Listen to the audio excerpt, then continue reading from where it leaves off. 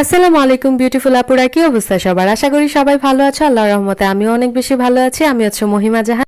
তো আমি আজকে তোমাদের সাথে আমার ডেইলি লাইফস্টাইল ব্লগ শেয়ার করব, সকাল থেকে রাত পর্যন্ত আমি কি কি করলাম।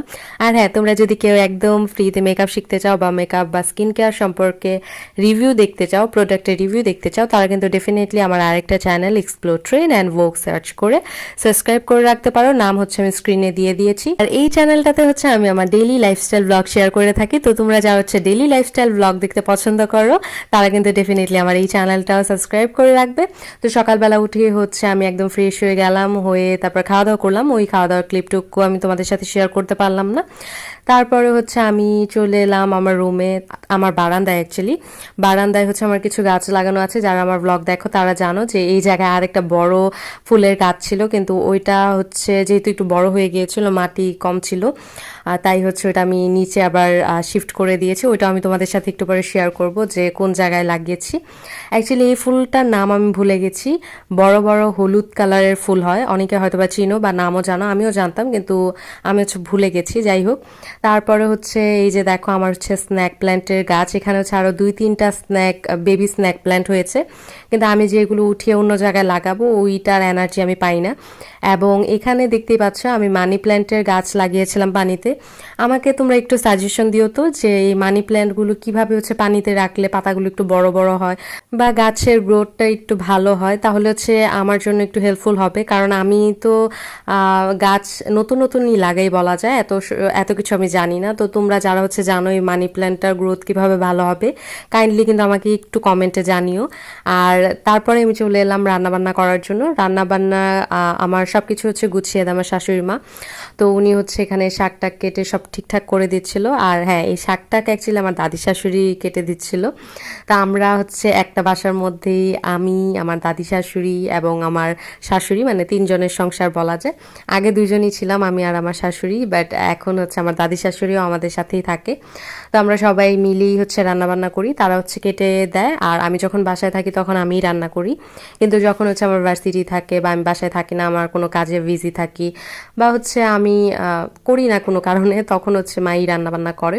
তো আজকে আমি রান্নাবান্না করছিলাম। তো আমি হচ্ছে আজকে চিকেন রান্না করব, তার পাশাপাশি হচ্ছে এখানে চিংড়ি মাছ দিয়ে তারপরে পুঁই শাক রান্না করা হচ্ছিল। এটা অনেক টেস্ট হয় খেতে, তোমরা কারা কারা পছন্দ করো ডেফিনেটলি জানাবে। ছোট চিংড়ি দিয়ে পুঁই শাক রান্না করা।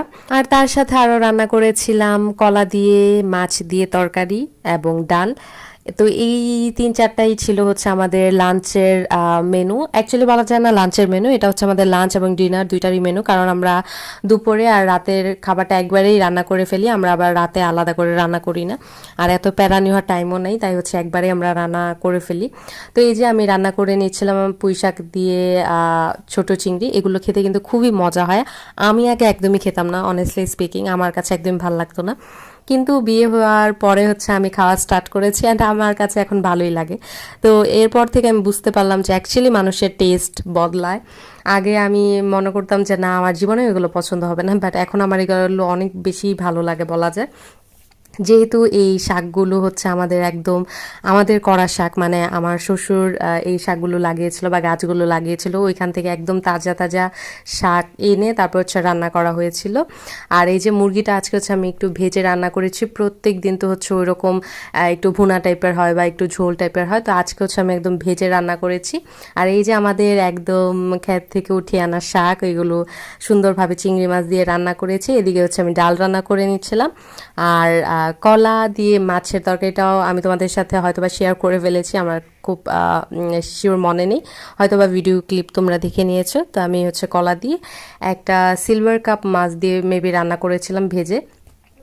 তারপরে হচ্ছে খাওয়া দাওয়া শেষ করে হচ্ছে আমার ফ্রি টাইম থাকে, অনেকক্ষণ টাইম থাকে বলা যায়। তো এখন একটু বিজি, কারণ আমার এক্সাম এখনও ওইভাবে শেষ হয়নি। আমার হচ্ছে একটু ল্যাব অ্যান্ড প্র্যাকটিক্যাল ওইগুলো এক্সাম আছে, যে কারণে হচ্ছে আমি খুব বেশি ফ্রি না, বাট মোটামুটি ফ্রি বলা যায়। আমি হচ্ছে 2 দিন আগেই মেহেদি দিয়েছি, কিন্তু কালার উঠে গেছে। গোসল করতে যে যখন হচ্ছে আমি বডি ওয়াশ করছিলাম তখন হচ্ছে কালারটা উঠে গেছে। যাই হোক, আমি এইরকম ইনস্ট্যান্ট কালারের মেহেদি খুব একটা ইউজ করি না, আমি কাবেরি মেহেদি ইউজ করি। করি, বাট যেহেতু ছিল আমার বাসায় আমি চিন্তা করলাম দেই, কারণ এগুলোর কালার অনেক সুন্দর আসে। তারপরে নিচে আমি তোমাদের সাথে একটু শেয়ার করি যে আমাদের বাসার মধ্যে কি কি গাছ আছে। বাসার বাইরে তো অনেক গাছ আছে, বাসার ভিতরে হচ্ছে কি কি গাছ আছে ওইগুলো একটু দেখালাম তোমাদের। আর এই যে এটা হচ্ছে আমার ওই বড় ফুল গাছটা, যেটা হচ্ছে মাটির অভাবে ভালোভাবে হতে পারছিল না, অনেক বড় হয়ে গিয়েছিল, তাই হচ্ছে আমি একদম আমাদের উঠানের একটা স্পেসে শুধুমাত্র ফুল লাগানো আছে, তো ওই জায়গাটাতে এনে লাগিয়ে দিলাম যাতে হচ্ছে এখানেই ফুলটা হতে পারে বা গাছটা ভালোভাবে বাড়তে পারে। আর এই যে এখানে দেখতে পাচ্ছ অনেক বেশি মেসি মনে হচ্ছে, কারণ আমাদের বাসার টুকটাক কাজ করানো হচ্ছে, তাই একটু মেসি লাগতেই পারে। তো এখানে হচ্ছে ফুল গাছ ছিল, আর এটা হচ্ছে আমাদের বাসার থেকে একটু বাইরে। তো এখানে হচ্ছে আমাদের মালটা গাছ লাগানো ছিল, তারপর কমলা গাছ লাগানো ছিল, মরিচ গাছ লাগানো ছিল, এই যে এখানে হচ্ছে লাউ ছিল। তো আমার শ্বশুরই এগুলো করে, একদম নিজ হাতে করে, কোনো এটার মধ্যে কোনো রকম সার বা কেমিক্যাল ইউজ করা হয় না, টাটকা থাকে একদম। এই যে এটা হচ্ছে আমাদের গাছের ধুন্দুল ছিল, তার পাশাপাশি গাছের আম ছিল, তো এই আমগুলো তো এক্ষুনি আমি খাবো, কাঁচা আম না, অবশ্যই পাকা যেগুলো ওইগুলোই খাবো। আর এটা মেবি করলা ছিল, এটা হচ্ছে বীজ রাখার জন্য খুব সম্ভবত এখানে রেখেছে। তা আমি এগুলো খুব বেশি একটা জানি না, আমার নলেজ নেই, তাই আমি তোমাদের সাথে খুব ভালোভাবে শেয়ার করতে পারলাম না, কিন্তু এগুলো হচ্ছে সব কিছু আমাদের গাছের সবজি বলা যায়। তারপরে চলে এলাম, আমি হচ্ছে একটু হাঁটতে গিয়েছিলাম, তা হাঁটার পরে আমি চলে এলাম বাসায়। আসার পরে দেখলাম যে আমার অনেক দিনের কাপড় এখানে জমে গেছে, যে আমি এখানে হচ্ছে ধুয়ে ধুয়ে রেখেছিলাম, বাট আমি হচ্ছে একটাও ভাঁজ করিনি। তা আজকে হচ্ছে এই সব কিছু গুছিয়ে আমি ভিতরে রাখবো।